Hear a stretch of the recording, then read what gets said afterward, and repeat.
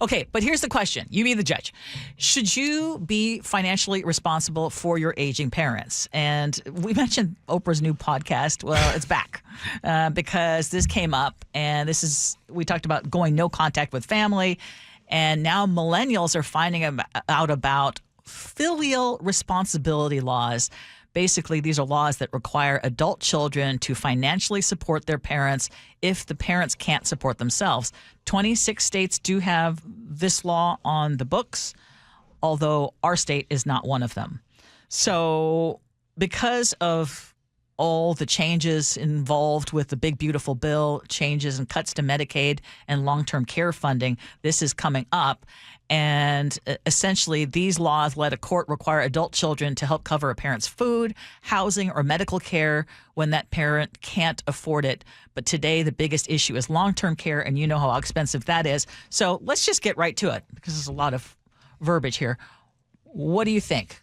How much responsibility should you, as an adult, have when it comes to your parents' care when they can't care for themselves? Well, how much should a child have to pay back their parents for everything they did for them? That's a question. My answer to your question, Ursula, would be no. I don't think that the child should be responsible for the parent. They would a suggestion, hey, be nice, but not a you have to, not a law put in place saying 26 states, hey, millennials or Gen Z, you are responsible if something were to happen to your parent. No, you can't put that stress or make that stress mandatory on that young adult that is trying to make their way in their life. Sometimes these decisions and things that happen, so for an example, this is the example that I was just thinking of right now. So let's just say that a high school kid has a parent that is hooked on, it has a substance abuse problem, alcohol, drugs, all through high school. So they had to go through that trauma all through high school. And they finally made it out. They're on their way. They're doing their thing.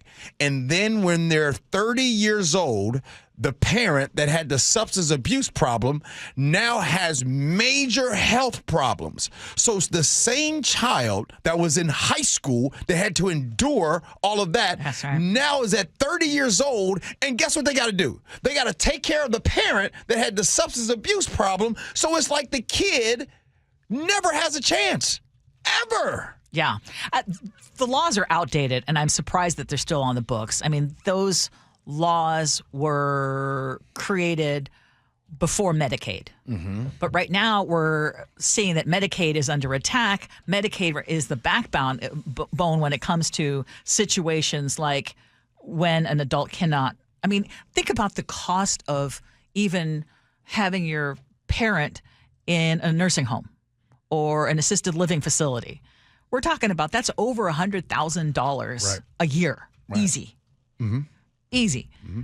Like you having to take over responsibility of that's just unrealistic. And when the question first came up, of course I'm going to want to do, in our case, of course I'm going to want to do whatever it is that I can to help my aging parents or when they can no longer help themselves. Sure. But even when you have someone who is very willing, there are some limitations. Mm-hmm. What ended up happening when my mom passed away and she was in the Philippines, I think I shared with you guys that I ended up having to pay, and my sister and I ended up having to pay for her medical bills because they weren't covered. Yeah, that's part of their family code law. These filial responsibility laws are very, very common and strict in Asian countries. Yes. So we were responsible. So, I'm glad that this is not the case. And again, even if you wanted to, do right by your parents and do it, I think it's just financially almost impossible. And just so I'm clear, this is by way of Medicaid, right? And the way it works, and what you'll likely see is private nursing homes or long-term care facilities see that the parent cannot pay for their care. So under a filial responsibility law, they will sue an adult child who is financially able to cover those costs. Right. And while the laws may be outdated, if you don't think that the private nursing home and long-term care industry will exercise those abilities. That's true. And by the way, what Medicaid, and I know we keep hearing a lot about fraud involved in Medicaid, et cetera. I just know as someone who put my dad on Medicaid because it was just going to be unaffordable.